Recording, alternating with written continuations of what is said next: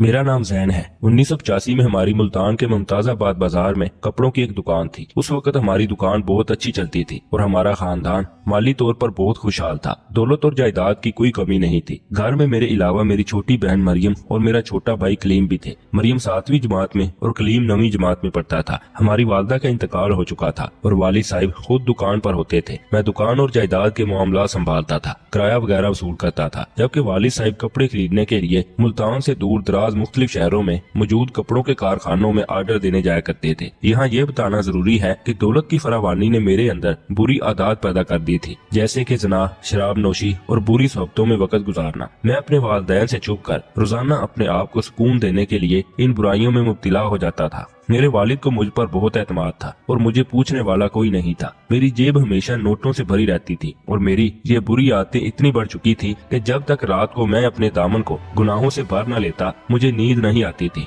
मैं अक्सर फहाशी के अड्डों पर जाकर अपनी हवस पूरी करता। दिलचस्प बात यह है कि मेरे खानदान का कोई फर्द भी मेरी इन हरकत से मुकम्मल तौर पर नावाकिफ था और मेरे वालिद मजहब के मामले में इंतहाई इबादत गुजार और पाबंद थे। मैं अक्सर लाहौर से माल लेने के लिए इस्लामाबाद के कारखानों में आता, जहाँ मेरी अयाशी का सामान यानी शराब और शबाब हमेशा तैयार रहते। मेरे ये काम कपड़ों के कारखाने का मालिक उमैर किया करता था, जिस मामले में मेरा सबसे बड़ा हमराज था। मैं भी उस शहर में एक दिन या रात से ज्यादा ठहर जाया करता था। उमैर का अपना एक शानदार फ्लैट था जहाँ वो अपने मेहमानों को ठहराता था। एक बार बड़ी ईद के मौका पर मैं उसके पास दुकान के लिए कपड़ों का एक बड़ा ऑर्डर लेने गया। मेरे वालिद ने मुझे उस वक्त 7 लाख रुपए दिए थे। उमैर ने हस्बे मामूल मुझे रात की रिहाइश के लिए अपने फ्लैट की चाबी दे दी। मैंने अपनी हवस और शराब नोशी के बाइस उससे कहा कि आज मुझे यहाँ रात गुजारनी है और दिल बहलाने के लिए कोई खूबसूरत लड़की मंगवा दो। उमैर ने कहा कि अगर मैं ज्यादा पैसे खर्च करूं तो मुझे कोई खास लड़की मिल सकती है। मेरी तलब इतनी शदीद थी कि मैंने कहा जो खर्च आएगा मैं दे दूंगा। उमैर ने एक अड्डे पर फोन किया जहां एक नायिका ने फोन उठाया। उमैर ने उससे कहा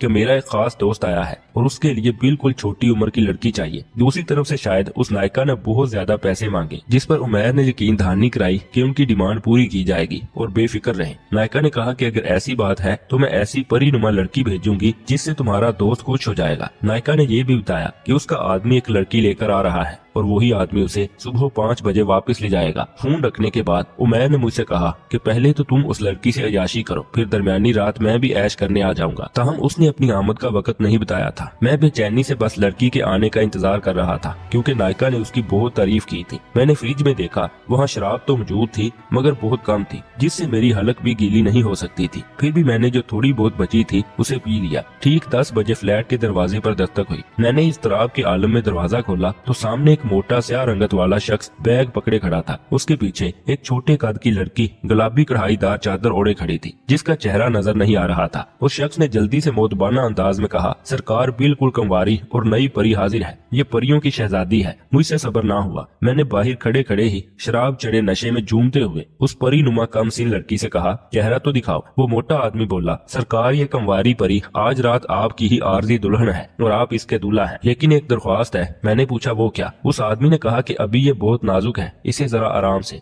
उसने आंख मारते हुए कहा, समझ गए ना आप, कहीं ऐसा ना हो कि ये बेचारी बिखर जाए। मैंने खुश होकर उसके हाथ में नोट थमाए। उसने रुपए बैग में डालते हुए कहा कि सरकार सुबह 5 बजे आ जाऊंगा। उसके जाते ही मैंने फ्लैट की कुंडी लगाई और उस चादर ओढ़ी लड़की की जानिब बढ़ा। उस लड़की का हुस्न और जिसामत देखकर मेरे जज्बात ठाठे मार रहे थे। मैंने महसूस किया कि उसका वजूद सर से पांव तक बुरी तरह से कांप रहा था। इससे पहले कि मैं उसे मोहब्बत से अपने बाहों में लेता, वो अचानक धड़ाम से नीचे गिरी और वहीं बेहोश हो गई। मैंने उसके नर्म और नाजुक बदन को उठाकर बेड पर लिटाया और उसे नरमी से कहा, परेशान ना हो, मैं तुम्हारे साथ कोई जुल्म नहीं करूंगा। मगर वो वैसे ही बेहोश पड़ी रही। ये देखकर मुझे तशवीश होने लगी और मैंने फौरन उसके चेहरे से जैसे ही चादर हटाई तो मेरे होश उड़ गए कि वो लड़की जिसे मेरे पास रात भर अयाशी करने और लज्जत हासिल करने के लिए लाया गया था, गैर मामूली तौर पर वो बहुत कम उम्र थी। उसकी उम्र अगर ज्यादा भी हुई तो बमुश्किल 15 साल से ज्यादा न थी। उसके मखसूस खतुखाल देखकर साफ महसूस होता था कि जवानी की हदूद में उसने पहला कदम भी ठीक से नहीं रखा था। मैंने उसे छुआ और उसके सीने पर हाथ रखा तो महसूस हुआ कि उसका दिल बुरी तरह धड़क रहा है। मैंने चंद पानी के छींटे उसके चेहरे पर डाले,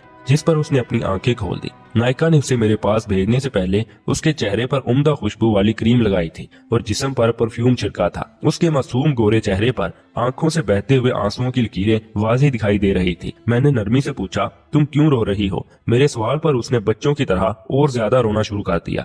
दिल ही दिल में मैं नायका को कोसने लगा कि इसने मेरे साथ ये क्या धोखा किया। उसने मुझसे एडवांस में अच्छी खासी रकम ली थी और जवान लड़की की बजाय एक कम उम्र बच्ची भेज दी थी। मैंने गुस्से में बड़बड़ाते हुए खुद से कहा, मैं उसे छोड़ूंगा नहीं। उस बच्ची ने जोर जोर से रोना शुरू कर दिया, जिस पर मैंने गुस्से में कहा, चुप करो वरना साथ वाले फ्लैट में कोई तुम्हारे रोने की आवाज सुनकर यहाँ आ जाएगा। मेरे इतना कहने की देर थी कि उसने रोते हुए मेरे पांव पकड़ लिए और हाथ जोड़कर इल्तिजा करने लगी, खुदा के लिए अंकल मुझे हाथ ना लगाए, मैं एक लावारिस यतीम और मस्कीन लड़की हूँ। ये सुनकर मैंने हैरत से उसकी तरफ देखा। ये तुम क्या कह रही हो? हाँ अंकल, मैं सच बोल रही हूँ, मेरे साथ बहुत बड़ा धोखा हुआ है। क्या धोखा?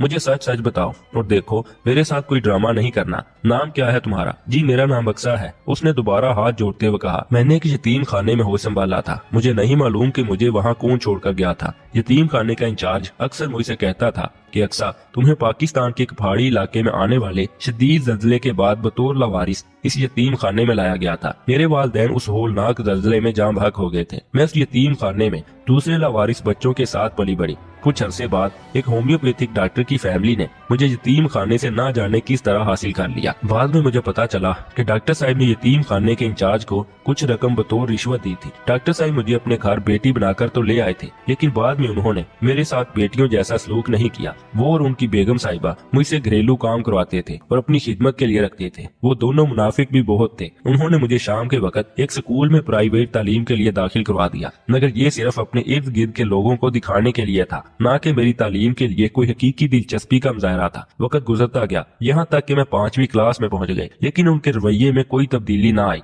एक दिन डॉक्टर साहब ने मुझे बताया कि वो अपने पूरे खानदान के साथ दुबई जा रहे हैं। मैंने पूछा, क्या मैं भी जाऊंगी? उन्होंने बताया कि नहीं, तुम्हें 3 माह बाद दुबई ले जाएंगे। क्योंकि हमारा खूनी रिश्ता नहीं है, इसलिए वीजा और पासपोर्ट के मामले में कुछ देर लग सकती है। डॉक्टर साहब ने मजीद कहा, फिलहाल हम तुम्हें आमिरा आंटी के पास छोड़ जाएंगे, तुम वहाँ पढ़ो लिखो आराम से रहो, फिर हम 3 माह बाद तुम्हें बुला लेंगे। बाद में आमिरा आंटी मुझे बहला फुसला कर अपने साथ ले गई। आंटी के घर का माहौल अजीब सा था। मैंने देखा कि वहाँ सिर्फ एक मर्द था जो मुझे यहाँ लेकर आया था, बाकी सब फैशन ज़दा बाल कटी हुई आवारा लड़कियाँ थी। वहाँ वक्तन फवक्तन मुख्तलिफ कारों और स्कूटरों पर बदमाश किस्म के लोग आते थे। आहिस्ता आहिस्ता मुझे पता चला कि ये तो एक अड्डा है। तहम आमरा आंटी ने मेरे साथ कुछ बुरा नहीं किया। उन्होंने मेरे खाने पीने, यहाँ तक कि मेरी पढ़ाई और किताबों का हर लिहाज से ख्याल रखा। अंकल मुझे पढ़ने का बहुत शौक है। इसी तरह 3 माह गुजर गए। एक रोज मैंने आमरा आंटी से कहा, डॉक्टर साहब से मेरा राब्ता करवा दें और उनसे पूछें कि अभी तक मेरा वीजा क्यों नहीं आया। इस पर वो हंसते हुए बोली, अक्सर डॉक्टर साहब तुझे कभी नहीं बुलाएगा। मैंने हैरत से पूछा क्यों? तो वो बोली, अरे पगली, वो तो तुझे मेरे हाथों फरोख्त कर गया है, लेकिन फिक्र न करो, मैं तुम्हारे साथ खरीदी हुई चीज जैसा सलूक नहीं करूंगी, तेरी हर ख्वाहिश पूरी करूंगी। तू यहाँ आजादी से पढ़ और लिख। वो कम सी मासूम लड़की अपनी कहानी सुनाकर खामोश होगी। मैंने उसकी आंखों में बेबसी को गौर से देखा। मुझे सच में नजर आया कि वो वाकई मजलूम है और उसे उसकी मासूमियत की वजह से धोखे से यहाँ लाया गया है। मैंने सोचा कि ये इस वक्त मेरे सामने इस हालत में खड़ी है कि अगर आज मैंने इसकी इज्जत पामाल कर दी तो ये हमेशा मुझ जैसे बेशुमार शैतानों के हाथों बर्बाद होती रहेगी और इसका कुछ भी बाकी नहीं बचेगा। लेकिन अगर आज मैंने इसे छोड़ दिया तो शायद ये पाकीज़ा जिंदगी गुजार सके। अंकल खुदा के वास्ते मुझे यहाँ से भगा दो। उसने मेरे सामने हाथ जोड़ते हुए कहा, पागल तो नहीं होगी? मैं तुझे यहाँ से कैसे भगा सकता हूँ? मैंने तो खुद तुझे इस फ्लैट में किसी के जरिए मंगवाया है। तुझे मालूम है कि फहाश अड्डों की बदमाश नायका कितनी खतरनाक होती है। वो तो उमैर और मेरे खानदान का खून कर देगी। और अगर तुम्हारे कहने के मुताबिक तुम इस शहर में लावारिस और अजनबी हो तो फिर भाग कर तुम कहाँ जाओगी? उसने एक बार फिर गिड़गिड़ा कर मुझसे हाथ जोड़कर कहा, खुदा के लिए अंकल तुम मुझ पर रहम करो। मैं तुम्हारी बहन बेटी जैसी हूँ। देखो मुझे जज्बाती करने की कोशिश ना करो और अपने आप को मेरी छोटी बहन या बेटियों से तकाबुल ना करो। मैंने ये जुमला जज्बात के जेरे असर कह तो दिया था, लेकिन जैसे ही मैंने उसे कहा मैंने महसूस किया कि वो वाकई मेरी छोटी बहन की शक्ल से मिलती जुलती है और उसकी डील डोल भी वैसी ही थी। मेरे जहन में एकदम उलझन पैदा होगी और मैं अगले ही लम्हे अपनी बहन के बारे में सोचने लगा। मगर फिर मैंने अपनी सोच को झटक दिया। मैंने खुद से कहा, मुझे इस लड़की से क्या लेना देना? मैंने तो इसे एक रात की भारी रकम देकर खरीदा है, फिर मैं क्यों इसकी खातिर अपनी जान को रिस्क में डालूं? लेकिन वो लड़की मुसलसल रोए जा रही थी और उसकी बेबसी मुझे अंदर से परेशान किए जा रही थी। वो मुझसे इल्तिजाएं कर रही थी। उसके जज्बाती जुमलों पर मेरा दिल हचकोले खा रहा था। मुझे उसकी मासूमियत और बेबसी पर बहुत तरस आ रहा था। सबसे बढ़कर ये कि वो बेचारी मुझे अंकल कह रही थी। मैंने उसके बाजुओं पर टीके के निशानात देखे तो उससे पूछा, ये क्या है? उसने बताया कि आंटी कहती है कि अक्सर तुम बहुत कमजोर हो गई हो, इसलिए वो मुझे ताकत के टीके लगवाती है। मैंने कहा, अरे बेवकूफ, ये नशी और नस्वानी हुस्न के टीके लगवाती है। उसने कहा, अंकल नस्वानी हुस्न क्या होता है? मैं उसकी उभरी हुई छातियों की तरफ इशारा करके कहा कि ये बढ़ाती है और साथ नशे का भी लगाती है। अक्सा ने कहा, हाँ अंकल, मुझे भी वाकई में ऐसा लगता है कि मेरा ज़हन तो बिल्कुल काम नहीं कर रहा। मैं जब आपके पास लाई गई थी तो उसने मेरे बाजू में 2 टीके लगाए थे। अब मैं उसके बारे में मुख्तलिफ अंदाज में सोचने लगा। शुक्र है कि मेरी ज़हन पर कम शराब की वजह से उसका नशा कम था और मेरी सोचने की सलाहियत बेदार थी। पहला सवाल जो मेरे जहन में आया वो ये था कि अगर मैंने इसे भगा दिया तो ये कहाँ जाएगी? हो सकता है कि कोई और मेरी तरह का शैतान इसे अपनी हवस का शिकार बना ले, और अगर उमैर को पता चला कि मैंने इस पर तरस खाकर इसे छोड़ दिया है तो फहाश अड्डे के गुंडे और नायका मेरा क्या हाल करेगी? मेरे ज़हन में मुख्तलिफ सवालात और उनके जवाबात की एक मद्दोजज़र बन चुकी थी। एक तरफ हवस मुझे मजबूर कर रही थी कि मैं अपनी कीमत वसूल कर लूं। उसके गोल मटोल उपहार देखकर शैतान मुझे बदअमाली की तरफ रागिब कर रहा था। दूसरी तरफ मेरा ज़मीर मुझे मलामत कर रहा था कि शर्म करो, ये तुम्हारी छोटी बहन जैसी है। साथ साथ ये सोच भी आती कि दफा करो इसकी मजबूरी को। इस ताज़ा खिले गुलाब की नाजुक सी गुलाबी पंखड़ी की खुशबू सूंघ लेनी चाहिए। मुझे इससे इतनी लज्जत मिलेगी जो शायद सारी जिंदगी ना मिल सके। वो अचानक बोली, अंकल मुझे छोड़ दे, आपको मुझसे क्या मिलेगा? चुप कर, मैंने उसे झंझोड़ कर डांटते हुए कहा। वो सहम कर दीवार से चिपक कर खड़ी हो गई। मैंने कुछ सोचने के बाद उससे कहा, सच्ची बात है, मैं तुझे यहाँ से भगा नहीं सकता, बस चुप कर जा। खबरदार तूने अपनी जुबान से मजीद कोई लफ्ज निकाला तो। वो सहम गई। मैंने सोचते हुए अपना सर पकड़ लिया, अपने दिमाग पर बहुत जोर डाला और उलझे हुए सवालों की गुत्थियां सुलझाने में लग गया। अगर मैंने इसे भगा दिया तो खुद फंसता हूँ, फिर उमैर को क्या जवाब दूंगा? फिर मेरे और उमैर के साथ वो अड्डे वाले गुंडे क्या सलूक करेंगे? वगैरह वगैरह। मैंने उस लड़की की तरफ देखा और अब वो पुरसुकून खड़ी थी। शायद वो ज़हनी तौर पर अपनी जात को मेरे हवाले करने के लिए तैयार थी और उसे यकीन हो चुका था कि उसकी इल्तिजाएं और रोने धोने का कोई फायदा नहीं। दिलो दिमाग के दलाइल सुनने के बाद मैंने अकल की बात मानते हुए फैसला किया कि मुझे आज अपने नफ्स के शैतान को काबू में करना होगा। मैं फौरन उठा और लड़की से कहा, यहाँ से फौरन चली जाओ, जहाँ तुम्हारा दिल चाहे भाग जाओ, मैं तुम्हें छोड़ रहा हूँ। लड़की ने हैरत से मेरी तरफ देखा, जैसे उसे मेरी इस करम नवाजी पर यकीन ना आ रहा हो। मैंने कहा, चलो देर मत करो, वरना मेरा ईमान डोल जाएगा और मैं अपना इरादा बदल दूंगा। लड़की ने जवाब दिया, तुमने मुझे बहन कहा है, लेकिन मैं जाऊंगी कहाँ? तुम मुझे साथ ले चलो। मैंने कहा, यार मैं तुम्हें कहाँ ले जा सकता हूँ? लड़की ने कहा, तुमने मुझे बहन कहा है और इज्जत से जिंदगी गुजारने का मौका दिया है, मैं कैसे अपने भाई को खतरे में छोड़कर जा सकती हूँ? नहीं, मैं नहीं जाऊंगी। लड़की की इस बात पर मैंने उसके मुंह पर थप्पड़ मारा और कहा कि इससे पहले कि मेरे अंदर का शैतान जाग जाए, तुम फौरन यहाँ से भाग जाओ। मैं कह रहा हूँ और तुम नहीं जा रही। अक्सा ने जवाब दिया, आखिर क्यों? मैंने फैसला किया है कि मैं जहर खाकर मर जाऊंगी या आमिरा आंटी के पास जाऊंगी ताकि तुम्हें कोई नुकसान न पहुंचाए। मैंने कहा, जज्बाती बातें मत करो, उमैर किसी भी लम्हे आ सकता है। अगर वो आ गया तो वो तुम्हें बगैर रहम के चीर फाड़ देगा और फिर मैं भी तुम्हारी मदद नहीं कर सकूंगा। मेरे बार बार इसरार करने पर वो जाने के लिए आमादा हो गई। मैंने उससे कहा, इस अंधेरी रात मैं तुम्हें खुदा के हवाले करता हूँ, वो जरूर तुम पर रहम करेगा। उस वक्त न जाने कौन सी रूहानी ताकत थी जो मुझ जैसे गुनाहगार को नेकी करने पर मजबूर कर रही थी। अचानक वो मुझसे लिपट कर रोने लगी और कहा, मैं तुम्हारा ये एहसान उम्र भर नहीं उतार सकूंगी। भाई मेरे सर पर हाथ फेर दो। मुझे हमेशा हसरत रही कि काश कोई मेरा भाई भी होता जो मेरे सर पर अपना दस्ते शफकत रखता। मैंने कहा, मैं ऐसा नहीं कर सकता क्योंकि मैं तुझसे अपनी हवस की आग बुझाना चाहता था। मैं एक बदकिरदार गुनाहगार इंसान हूँ और सच्ची बात यह है कि मैं खुद को इस काबिल नहीं समझता कि तुझे बहन समझकर तेरे सर पर हाथ फेरूं। मेरा ज़मीर मुझे मुलामत कर रहा है। मैंने उसके हाथ पर 5000 का नोट रखा और कहा, अब जल्दी से चली जा, जहाँ ज्यादा रोशनी नजर आए उस रास्ते से निकल जा। लड़की ने पूछा, कहाँ जाऊं? मैंने कहा, तुम दारुल अमान चली जाओ। लड़की ने मासूमियत से पूछा, वो कहाँ है? तो मैंने गुस्से में कहा, मुझे नहीं मालूम, मैं खुद इस शहर में अजनबी हूँ। मैंने उसे धकेलते हुए कहा, अब जल्दी जाओ, उमैर आने वाला है। मैंने कहा कि जाते वक्त कमरे को बाहर से कुंडी लगा देना ताकि मैं उमैर को झूठ बोल सकूं कि वो मुझे कमरे में बंद करके भाग गई। फिर मैंने अक्सा को फ्लैट के दरवाजे से जबरदस्ती बाहर निकाल दिया। लड़की को भगाने के बाद मैं बेड पर गिरा और अपने बचाव की मुख्तलिफ तदाबीर सोचने लगा। तकरीबन 30 मिनट बाद उमैर एक शराब की बोतल के साथ कमरे की बाहर से लगी हुई कुंडी खोलकर अंदर आया। बाहर से कुंडी लगी और मुझे अकेला देखकर उसका चेहरा जर्द पड़ गया। मैंने अपने चेहरे पर गहरी परेशानी के तासुरात जाहिर किए और उसने चौंक कर मेरे चेहरे की तरफ देखते हुए पूछा कि जैन, वो लड़की कहाँ गई? मैंने कहा, यार बहुत बुरा हुआ। मैं जैसे ही वॉशरूम में इंटर हुआ तो वो लड़की जल्दी से कमरे को बाहर से लॉक करके भाग गई। उमैर बोला, पागल इंसान, ये तुम क्या कह रहे हो? फटी आंखों के साथ उमैर के हाथों से शराब की बोतल छूट गई और फर्श पर कचरा कचरा हो गई। ये तू क्या कह रहा है? उमैर ने धीमी आवाज में कहा, بہت برا ہونے والا ہے۔ اب تیرے اور میرے ساتھ جو ہوگا اس کا ہم دونوں تصور بھی نہیں کر سکتے۔ پریشانی کی وجہ سے اس کی حالت غیر ہونے لگی۔ عمیر نے کہا چلو اسے ڈھونڈے، وہ کب بھاگی تھی؟ میں نے کہا اس نے آتے ہی 10 منٹ بعد جب میں واش روم میں آئل لینے گیا تو وہ کمرے کو باہر سے لاک کر کے بھاگ گئی تھی۔ کمرہ لاک ہونے کی وجہ سے میں اسے روک نہ سکا۔ میں نے تجھے فون بھی کیا لیکن جواب موصول نہیں ہو رہا تھا اور نائکا کا نمبر میرے پاس تھا نہیں۔ عمیر نے کہا دیکھ بھائی، اب اس نائکا کا بندہ آئے گا تو تم خود ہی اسے نپٹنا۔ مجھ میں اتنی ہمت نہیں ہے کہ اسے کہہ سکوں کہ جو لڑکی تم ہمارے حوالے کر کے گئے تھے وہ بھاگ گئی ہے۔ میں نے کہا اس میں میرا کیا قصور ہے؟ پھر ہم دونوں خاموشی سے بیڈ پر بیٹھ کر اپنی اپنی سوچوں میں گم ہو گئے۔ اب مجھے پچھتاوا ہو رہا تھا کہ میرے لیے یہ نیکی اب کسی عذاب سے کم نہیں ہوگی۔ بلاخر انہی سوچوں میں صبح کے 5 بج گئے۔ میرا دل دھک دھک کر رہا تھا، بے شمار اندیشے مجھے سانپ کی طرح ڈس رہے تھے۔ خیر میں نے دل کو تسلی دیتے ہوئے خود پر آنے والے برے لمحات کے لیے خود کو ذہنی طور پر تیار کر لیا۔ ٹھیک 5 بجے وہی موٹا اور کالا سا شخص آیا جو لڑکی کو یہاں چھوڑ کر گیا تھا۔ وہ جلدی میں تھا۔ اس نے فوراً بولا کہ لڑکی کہاں ہے؟ اگر وہ واش روم میں ہے تو اسے فوراً بلاؤ، 1 منٹ بھی تاخیر نہیں کرنی۔ میں نے غصے سے کہا تم نے میرے ساتھ دھوکہ کیا، مجھے کیسی لڑکی دی؟ وہ تو کمرے کو باہر سے لاک کر کے بھاگ گئی۔ اس نے کہا جناب مجھ سے مذاق نہ کریں، اسے جلدی باہر نکالو۔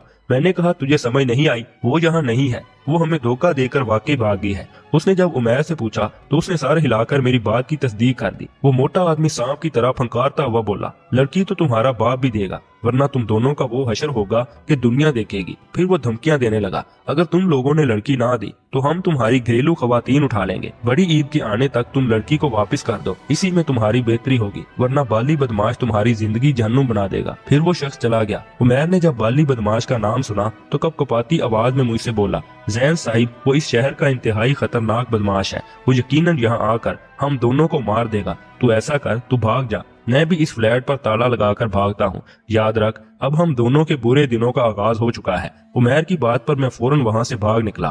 گھر آیا تو ابا نے مال کے بارے میں پوچھا۔ میں نے جھوٹ بول دیا کہ راستے میں ڈاکوؤں سے پالا پڑ گیا تھا۔ ابا نے میری بات پر یقین کیا، بلکہ انہوں نے شکر کیا کہ چلو جان بچ گئی، لیکن انہیں کیا معلوم تھا کہ میں کس چکر میں پھنس گیا ہوں۔ ہر آنے والا لمحہ یوں لگتا جیسے ابھی چند لمحوں میں بالی بدماش آ جائے گا اور میری بہن کو اٹھا کر لے جائے گا۔ 7 روز سکون سے گزر گئے۔ اگلے دن میں خوف سے اپنے گھر کے کمرے میں دبکا بیٹھا تھا کہ ہماری دکان کا نوکر آیا اور وہ گھبرایا ہوا تھا۔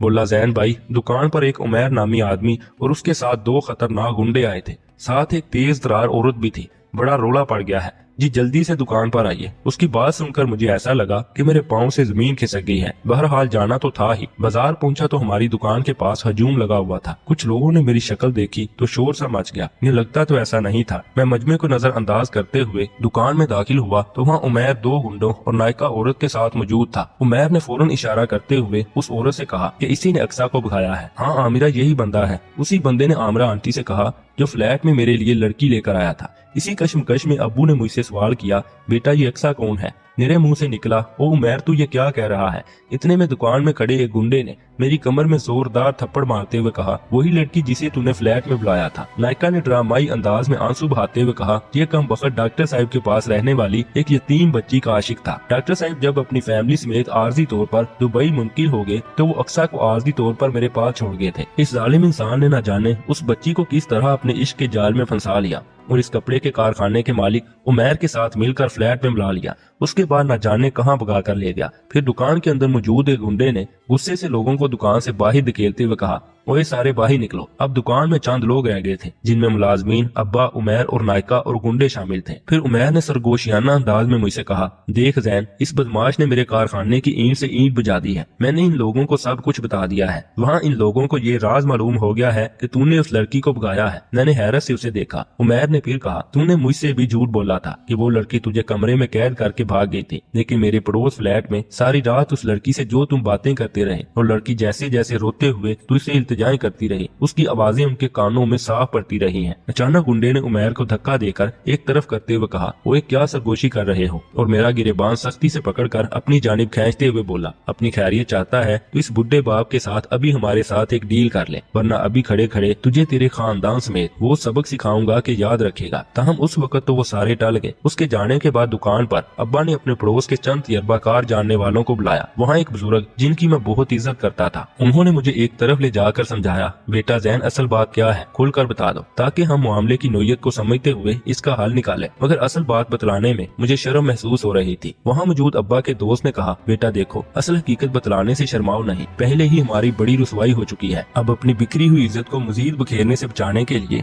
उस लड़की के बारे में सारी हकीकत साफ साफ बता दो। मैंने सोचा कि हकीकत बताए बगैर तो चारा नहीं है। मैंने सब कुछ बता दिया, बल्कि उन हालात के बारे में भी बता दिया कि मैंने क्यों उस मजलूम अक्सा को फ्लैट से भगाया था। अब्बा ने मेरी बात सुनते हुए रो कर अपना माथा पकड़ लिया, जबकि दुकान में मौजूद दूसरे लोग भी हक्के बक्के रह गए। शाम को नायका आमरा और उसके गुंडों के साथ डील हुई। उन्होंने अक्सा के अवज अब्बा से पहले तो 10 लाख का मुतालबा किया और फिर बड़ी नोक झोंक के साथ 7 लाख पर नायका राजी हुई। उसके बाद अब्बा ने न सिर्फ मुझे अपनी जायदाद और दुकान वगैरह से बल्कि घर से भी निकाल दिया। जानने वालों में मेरी टके की इज्जत ना रही। मैं रुसवा होकर जमाने भर की ठोकरें खाता रहा। फिर एक दोस्त की टैक्सी कमीशन पर चलाना शुरू कर दी। अब मैं किराए के मकान में रहता हूँ। वक्त अपनी मखसूस रफ्तार से गुजरता रहा। जब गालिबन मैं 37 साल का हो गया तो एक दिन इत्तेफाकन मैं शहर की एक अमीर इलाके में अपनी टैक्सी में बैठा सवारियों का इंतजार कर रहा था कि मेरे पास एक बूढ़ा शख्स आया और कहा कि बेटा मैंने एयरपोर्ट जाना है, एक सवारी कोठी से लेनी है। उसने मुझसे पैसे तय नहीं किए। वैसे भी अमीर इलाके के लोग टैक्सी वगैरह का अच्छा किराया दे देते थे।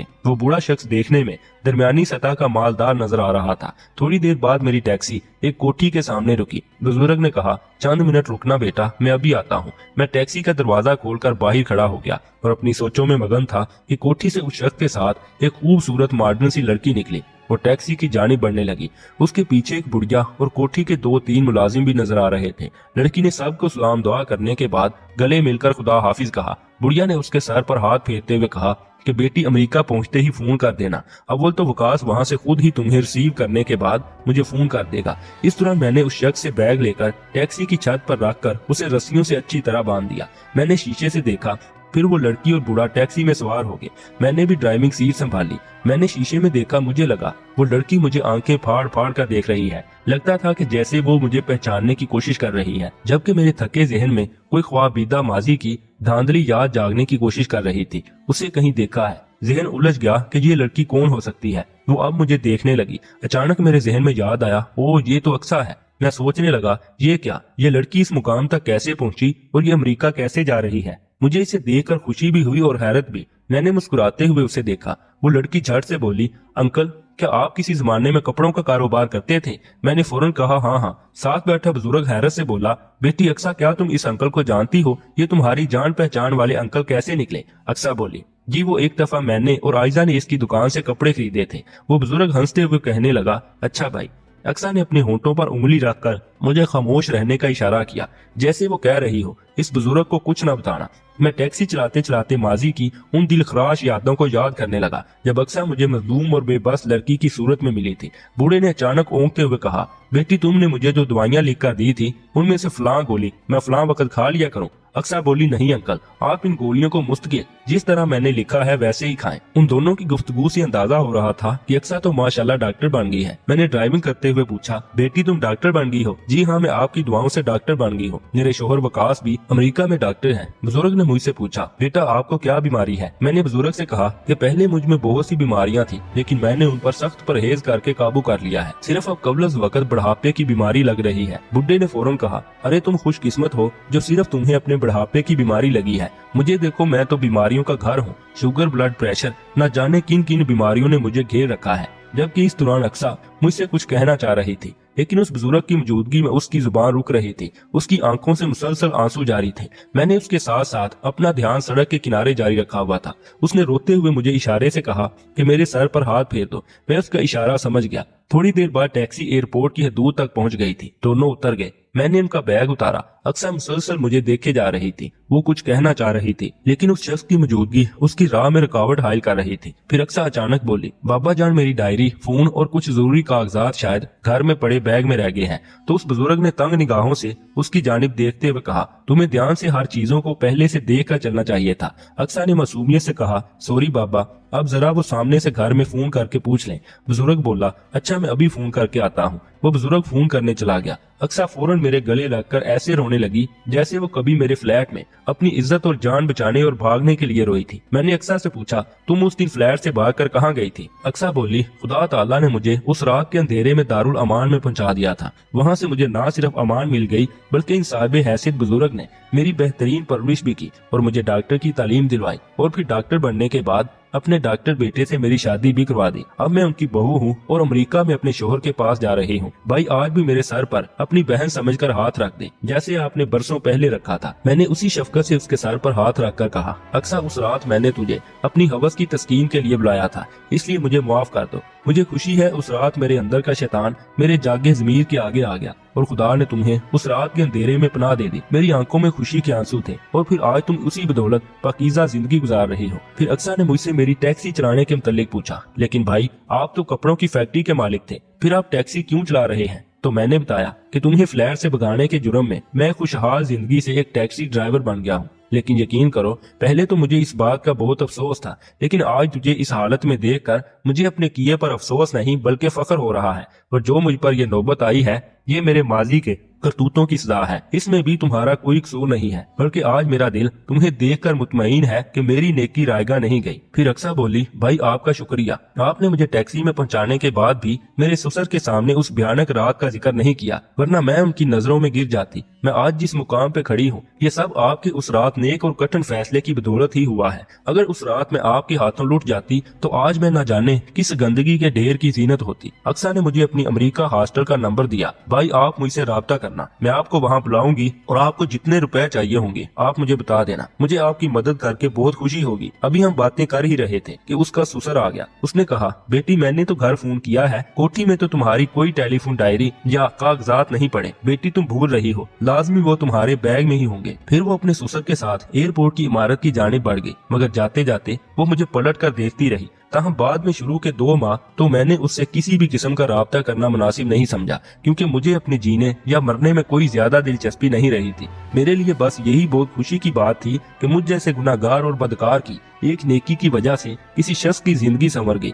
और शायद इसी नेकी की तुफैल मेरे पिछले गुनाहों की बख्शिश हो जाए, वरना मैं इस काबिल कहाँ हूँ कि रोजे महशर अपने अमाल नामा मेरे हाथ में मिले। खैर फिर मैंने ये सोचकर अक्सा से राब्ता कर लिया कि कहीं उस बेचारी का मेरे इस रवैये से दिल न टूट जाए। फिर राब्ता करने के 6 माह के दौरान उसने मेरा वीजा प्रोसेस मुकम्मल करवा के मुझे मेरी जेब से बगैर कुछ खर्च किए अमेरिका बुलवा लिया। वहाँ उसने मुझे एक पिज्जा शॉप पर कार डिलीवरी की अच्छी सी जॉब दिला दी और अपने खर्चे से मुझे एक घर भी खरीद कर दिया। और फिर मजीद मेरे रोकने के बावजूद उसने अपने अस्पताल की एक नहायत खूबसूरत नर्स से, जो कि मुसलमान थी, मेरी शादी भी करवा दी। उस 1 से 1.5 साल के अंदर अंदर अल्लाह ताला ने शायद मुझे मेरे गुनाहों की एक तवील सजा देने के बाद बख्श दिया था। मैं आज हंसी खुशी और इबादत गुजार अपनी जिंदगी गुजार रहा हूँ, लेकिन इतना अरसा अपने गुनाहों की सजा भुगत कर मुझे ये एहसास हो गया था कि यहाँ की तकलीफें कुछ भी नहीं है। असल इम्तिहान और असल सजा और जजा तो रोजे महशर होगी, जहाँ हमारे पास हमारे अमाल के अलावा कुछ नहीं होगा। दोस्तों इस वीडियो के जरिए मैं आप सबको पैगाम देना चाहता हूँ कि चाहे आप जितने भी गुनाहगार हैं, लेकिन जब भी आपका ज़मीर आपकी मुलामत करे तो छोटी से छोटी नेकी करने से भी गुरेज ना करें, क्योंकि आपकी छोटी सी नेकी भी एक दिन बढ़ते फूलते हुए एक बहुत बड़ा और घना दरख्त बन जाती है, जिसके साए से